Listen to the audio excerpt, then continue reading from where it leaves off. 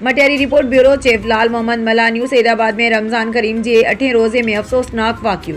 New Saidabad में इमदाद cinema चौक ते आइस फैक्ट्री में बर्फ़ के कारखाने अंदर मरम्मत करण दौरान एमोनियम गैस जा सिलेंडर धमाके से फाटण के नतीजे कारखाने अंदर कम कंदड़ 3 मिस्त्री खान मोहम्मद मला, मिठू माशी और अली बख्श माशी मौके ते फौत थी विया, जिनमें एक 13 साला बाड़ो भी शामिल है।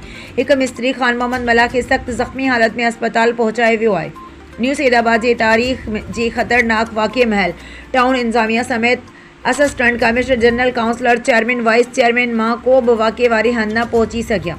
यंग एक्शन ऑर्गेनाइजेशन की टीम सिकंदर अली, शौकत उमरानी, मकबूल बिलाल और सईदाबाद प्रेस क्लब के साफ़िन पंहिंजी मदद पाण करे लाशन के कारखाने में कड़ी अस्पताल पहुंचायो, जिते डॉक्टरन 3 ॼणन जी मौत की तस्दीक करे छड़ी।